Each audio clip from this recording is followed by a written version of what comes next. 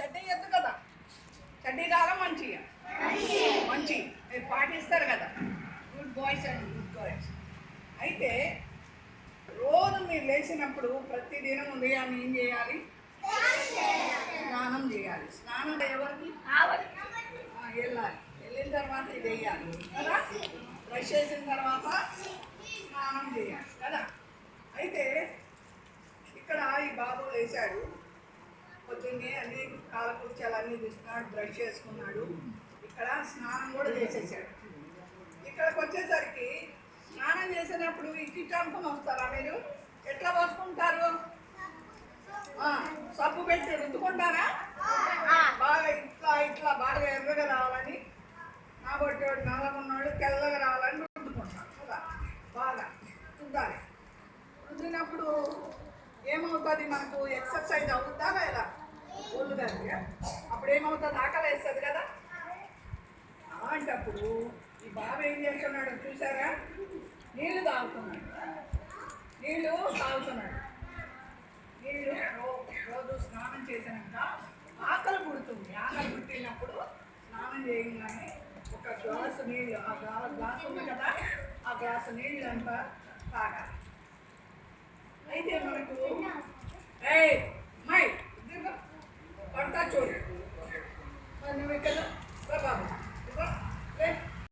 జామకాయ టైంలో జామకాయలు, మరి ద్రాక్ష టైంలో ద్రాక్షకాయలు, అవన్నీ కూడా ఏ టైంలో వచ్చే పండ్లు వాటిని మనం తీసుకుంటాం.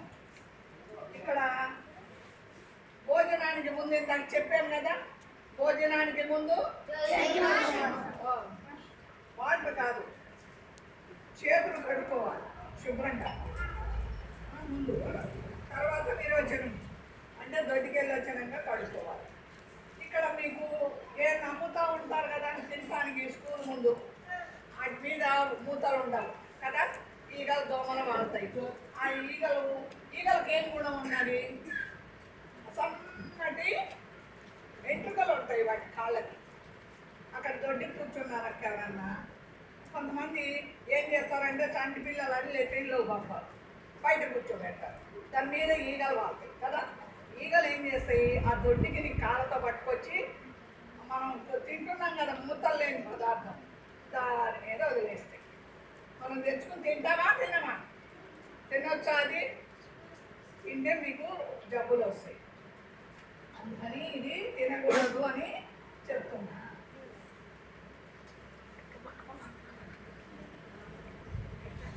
ఇప్పుడు స్కూల్ అయిపోతుంది. స్కూల్ అయిపోగానే మీరు ఏం చేస్తుంటారు? ఎలాగానే పుస్తకాలు ఆడ పడేసేసి పరిగెత్తారు, ఎటు పెట్టాడు. అలా కాదు, ఒక 5 నిమిషాలు ఖాళీ చేతులు కడుక్కొని శుభ్రంగా ఇంటి ముందు ఎవరన్నా ఉంటే ఒక అర్ధగంట ఆడుకోవాలి. ఎంత?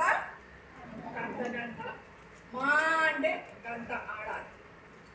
అర్థమైందా? మళ్ళీ ఇంటికి వచ్చేసి ఖాళీ చేతులు కడుక్కొని అమ్మ చెప్పిన పని ఏమని ఉంటారు కదా, ఆడపిల్లలు అయితే ఊడవాలి, అంట్లు కడగాలి, మగ పిల్లలు అయితే కొంచెం నీళ్ళు పట్టడము, బట్టలు ఉట్టేసి ఇంటి మడత పెట్టడం, మీకు తోచిన పని చెయ్యాలి. ఎందుకు చేయాలి?